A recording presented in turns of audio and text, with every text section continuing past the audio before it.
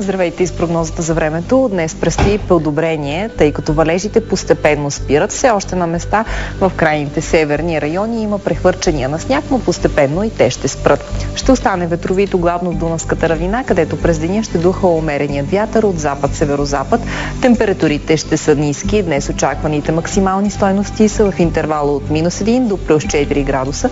Столицата ще бъде около -1 градус. Атмосферното налягане ще се задържи по-ниско от средното за месеца. В планините облачността ще е значителна с превалявания от сняг. По високите части ще духа силен, дори бурен вятър от запад-северозапад. Постепенно валежите и там ще спират. В момента най-дебела е снежната покривка в Рило-Родопската област. След днешното подобрение на времето, още тази нощ над страната ще се заоблачи и утре отново ще бъде облачно с превалявания от сняг. Виждате, температурите през деня остават ниски, в сутрешните часове отрицателни. Те ще са между -3 и -5 градуса, а през деня малко над нулата. В сряда и четвъртък в страната валежите ще спрат. Облачността ще се разкъсва, но като цяло времето остава студено. Това е прогнозата за днес. Желая ви хубава седмица.